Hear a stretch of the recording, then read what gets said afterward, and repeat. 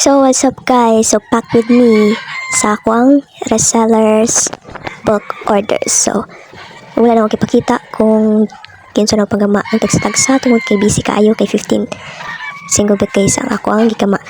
Pero kapak na ko diri ha. So subaybayan ninyo guys. Kung ibutang sa carton kay aron half size siya tanawon na nindot. So initially ako ang giplano is ako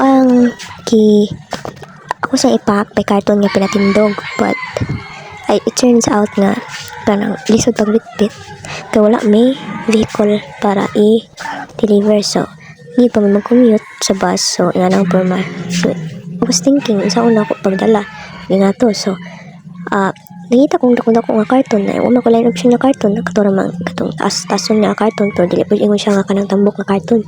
Then mo na lang ako ang gisuwayan nag-measure if masud ba tanan.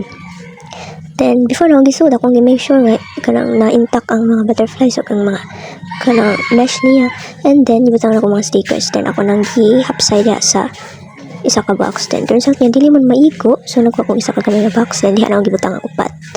Then muna nga ang pagpaksa akong book orders guys. Thank you.